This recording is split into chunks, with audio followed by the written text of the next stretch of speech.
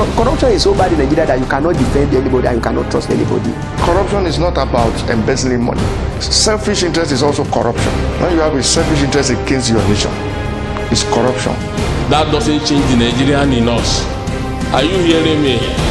They gave us cars.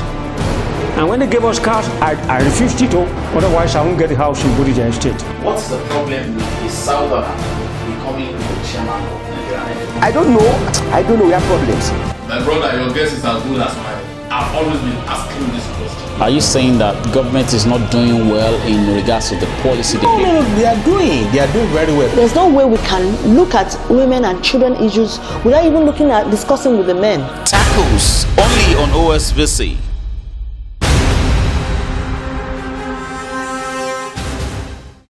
Hello viewers, you're welcome to Tackles today on OSBC TV. My name is Deji Adifela. My guest on the program today is the wife of the governor of the state of Osun, Mrs. Sherifat Aregbesola. It's nice to have you on the show today, ma. Thank you very much. Well, I want us to just quickly look at some of the issues on ground, some things that you're doing as a wife of the governor, and also with your foundation, SCARF. We're going to look at some of those things. But first of all, there is something that is that borders on the minds of everyone, every parent, and every good individual in society. I said some things to some people a while ago that when you see people going for competitions, maybe entertainment, musical and things like that, you see them winning laurels and money prizes up to 7 million, 10 million sometimes. And when you have a child win a spelling bee, they get to go home like 250,000, 500,000 naira. You know, when you look at the difference, you know, a lot of kids really would like to go into entertainment. It is nothing bad, but we need to take a very good look at education. As a mother and also as the wife of the governor, I want your reaction to education. How do we need to go about it in our society in order to make every child responsible to what they're doing? Thank you very much, Adifila. Education is very, very important to everybody, be it children, be it adults. Education is very, very important. But as you can see today, you can see that our education system is really, really going down. Not as usual as before. I came up with the spelling bee and quiz competition. I came up with it because of the way education is going, and I can see that a lot of children are really coming up with it. Because of the little funds that my education, my foundation had, so that's why I gave the highest price as 500,000 or 250,000. But when you calculate everything that I spent, it's more than that, because I sent the winner to the USA. When you calculate that, and she didn't go alone, she went with one of the parents. I think the father or the uncle, one of them. So by the time you calculate it together, you see that the money given to her is more than that. What more than that? And apart from that, there's a lady that got first in spelling bee, being organized by the local government, the ES of one of our local governments, Osun local government. And SCARF, I was able to see the lady, and I promised giving her 1.something million, about 1.2 million, which I did some months ago for her education. For her education. Like a scholarship. It's like a scholarship. So she's now in UI.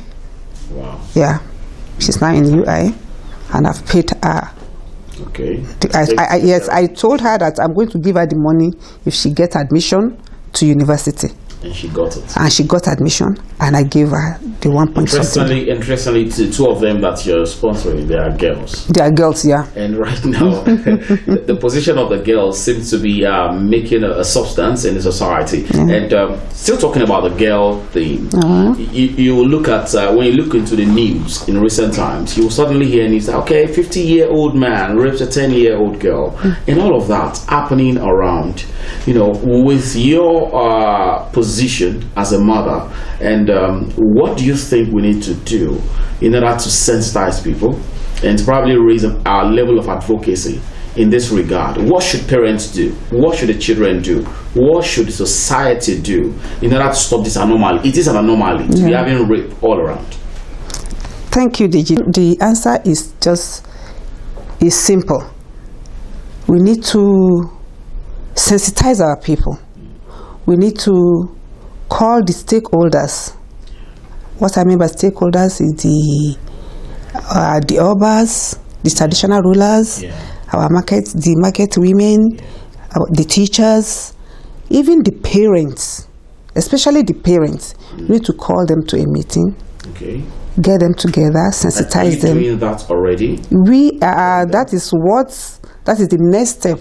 Okay.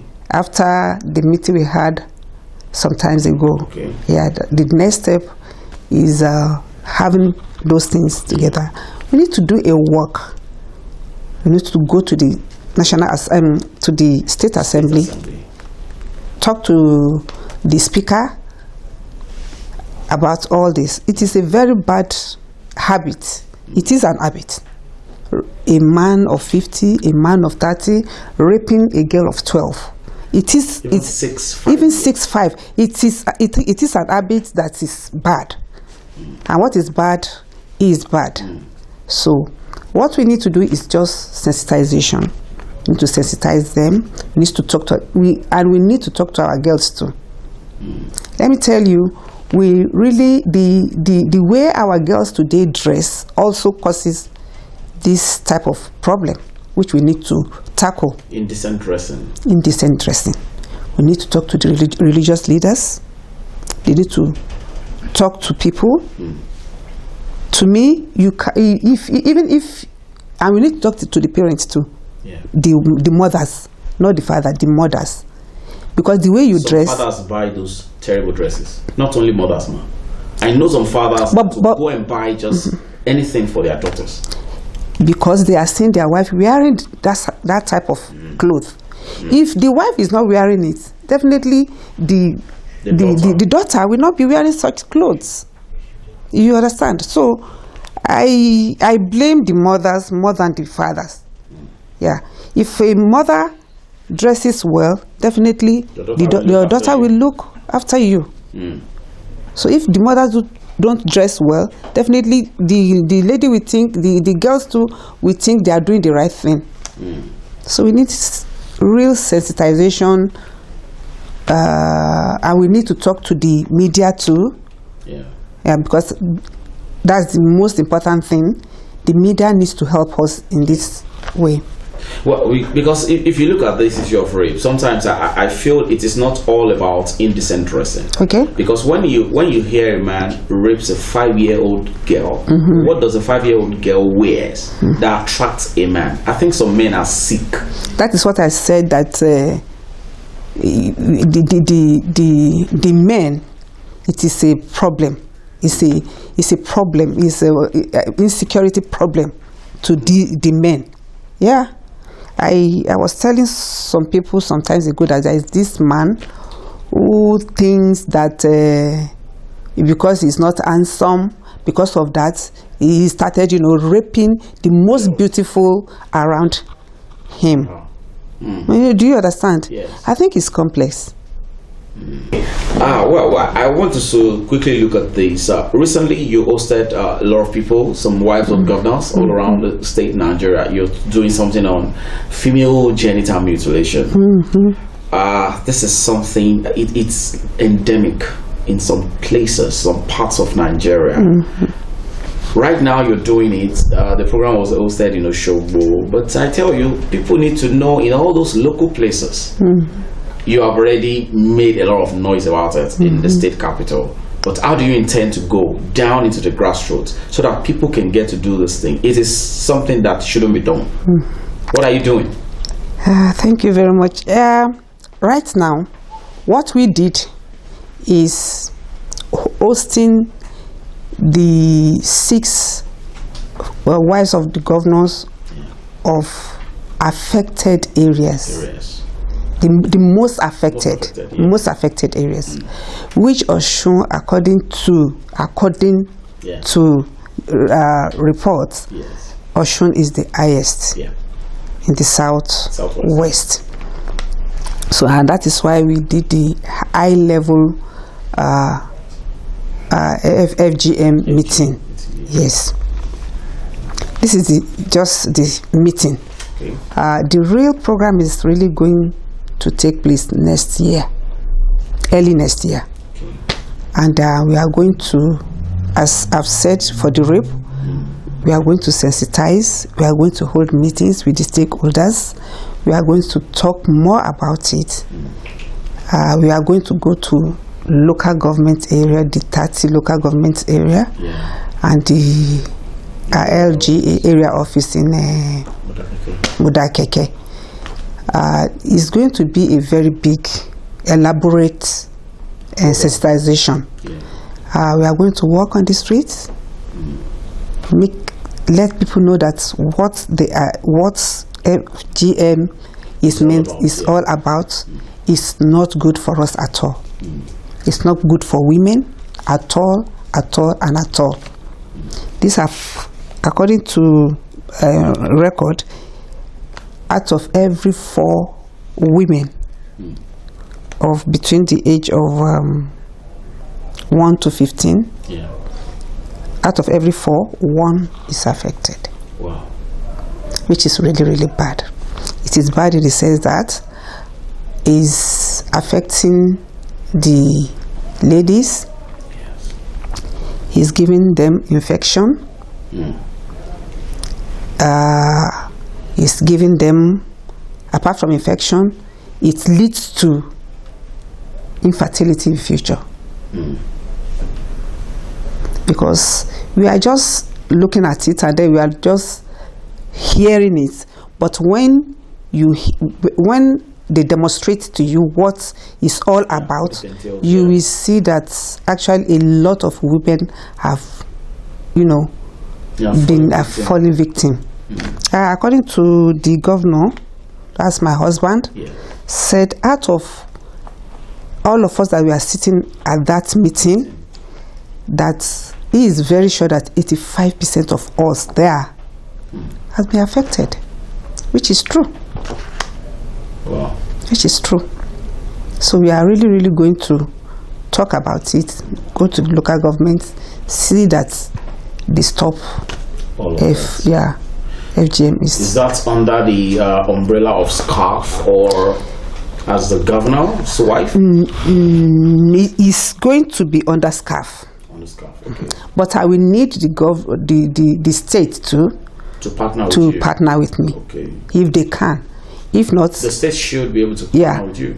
If not, I think I have UNFPA to partner with, UNICEF to partner with. Right. But it is always very good to partner with the government, because that will go a very long way than partner with.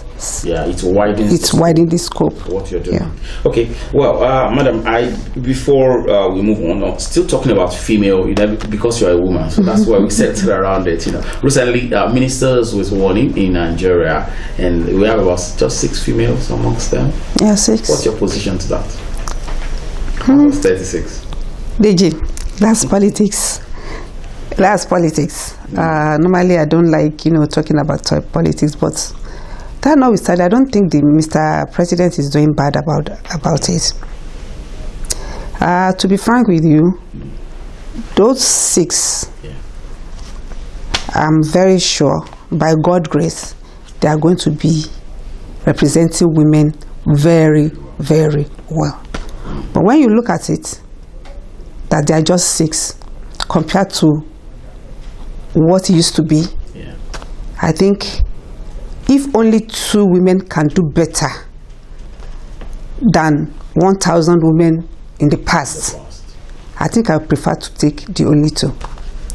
Because those that represented us last time, they didn't do well at all. And I didn't even know, Mr. President, we even appoint women at all because of what happened the other time. So we should all be realistic about it. I advise the women that are there now not to just keep money for nothing's sake, because I don't know what a woman will do with over $50-60 billion. What do you want to do with it? Is it to buy this our Ankara or lace or jewelry or what? When we have millions of our children outside there that are not going to school, that cannot even feed 3 times a day. But there's a Yoruba saying that that is Ayejon. Women of today are the one, majority of women of today are the one feeding their husband, taking care of the home. Maybe that's why they're stealing. And they should stop stealing. Okay, viewers, we'll take a break now, and I'll be back right after this short time out.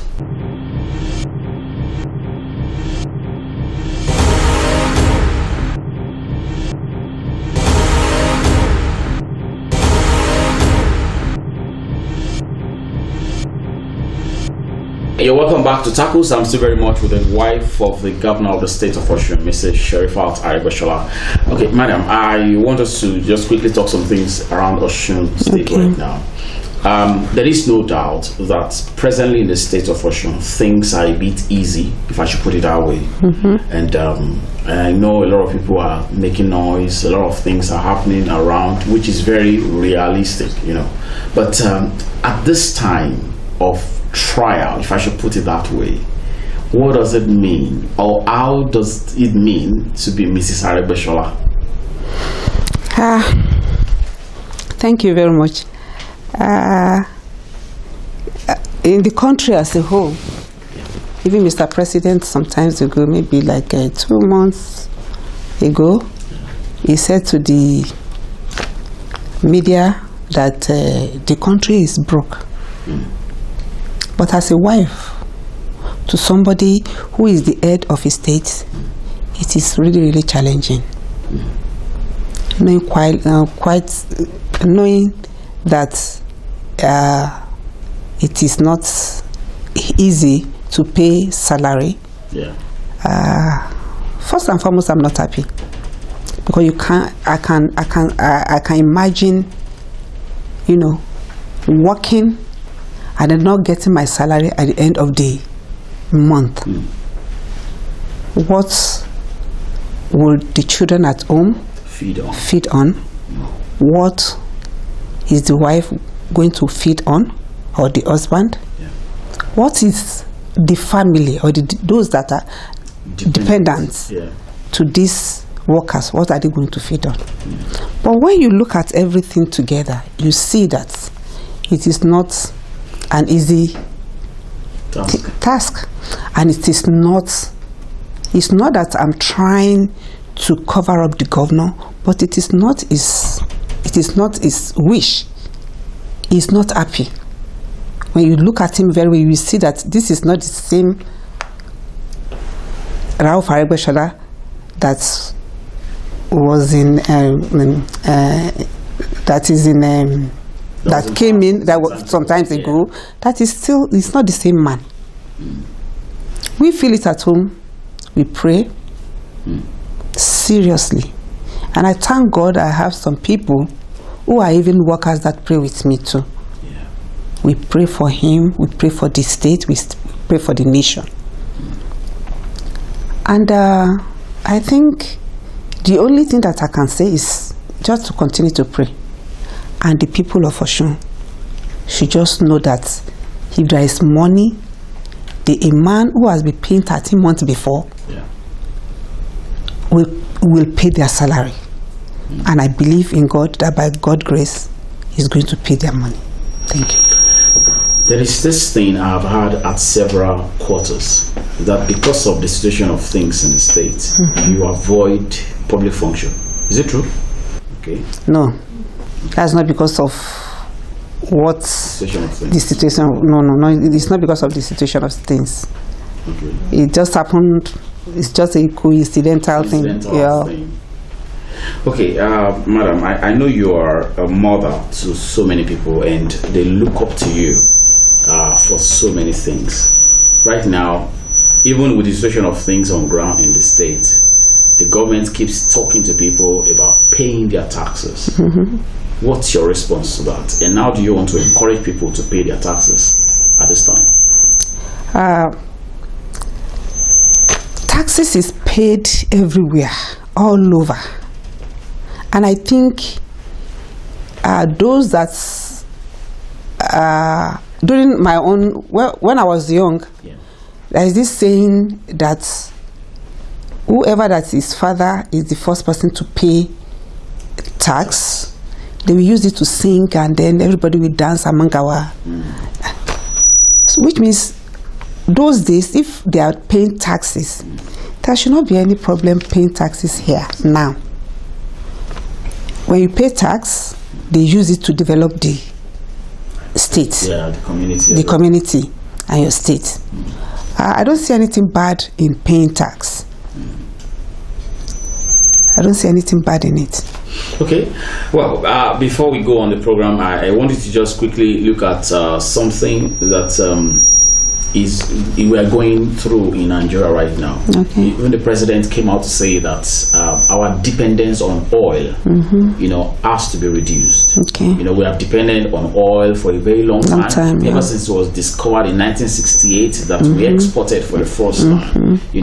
I just want to ask you, what are the other things that you feel we can do as a state or as a nation that can bring money back to us without oil? DG, you know that before oil, all of us depend on agriculture. Yeah, the nation depend on agriculture. In south, is it southwest or region? Yeah. We depend on cocoa. Yeah, and coffee. Coffee. I think it's agriculture. Yes. In the north, where I was born and bred, we depend on granite pyramid. Yeah. In fact, I remember that when I was young, we use granite. You don't need to go and buy the oil. We use the granite, we blend it, and we extract the oil from it, which I think we should all go back to. Who is going to do that now? Everybody. The youths now don't want to go back into farming. We should all do that. We should forget about these ties that we are putting on our neck. We should go back. That's the only thing that we can do. I understand that the price of oil is even coming down and day by day. If care is not taken, me and you that we are putting on tie and we are tying daily, we don't want to go back to the farm anymore. Honestly speaking, we will see that a lot of us will just go home without job. What I advise all the ladies now is, please, after your education, even when you are doing, I advise my daughter to go and learn, to go and learn how to make sewing. What they call it? Some vocational activities. Yes, one of my daughter is doing yogurt now. So you're not advising girls to go to the farm, only the boys? No, the boys too should go to the girls. Of course, the boys will farm, the girls will bring it home. That is how we used to do it during that time. That's not the way. When my father, when we go to the farm, we, the ladies there, we bring out the product of the farm. Just carry. We carry, yes. You don't farm. I don't farm. I don't know how to farm. But what the boys do, they will farm. We, the ladies, bring them back home. We sell it. Oh, that's a good one. We are the one that we sell. So definitely the men will go and farm. You think agriculture is agriculture, the way out? Yes, is the way out. Agriculture is the way out. And if they can see any solid minerals in any state, that state should be able to, rally around and then cover the solid mineral that is there, and then working. Your final word on the show today. I'm sure the people of the state of Osun watching you right now, they want to hear your charge, your challenge to them, before we round up the program today on tacos. My people in the state of Osun, I know there is challenges now, and there's challenges everywhere. There's no challenge that has no solution. Solution is coming. I advise my people that they should be patient with Mr. Governor Aregbesola. Yeah, he's going through challenges now, and he's going to overcome it. And I'm sure he's going to pay your salary. That is one. The second one is the mothers of my state of Osun.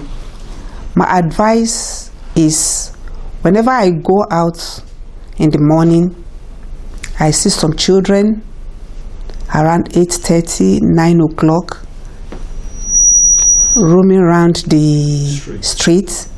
They are not going to school. Please, I appeal to all of you, don't let your own desire disturb the education of your children, because they are our leader of tomorrow. Thank you very much. Yeah, viewers at home, that was Tacos today on Aregbesola TV. I was speaking with the wife of the governor of the state of Osun, Mrs. Sherifat Aregbesola. I want to say thank you so much. Thank you very much. Show, thank you.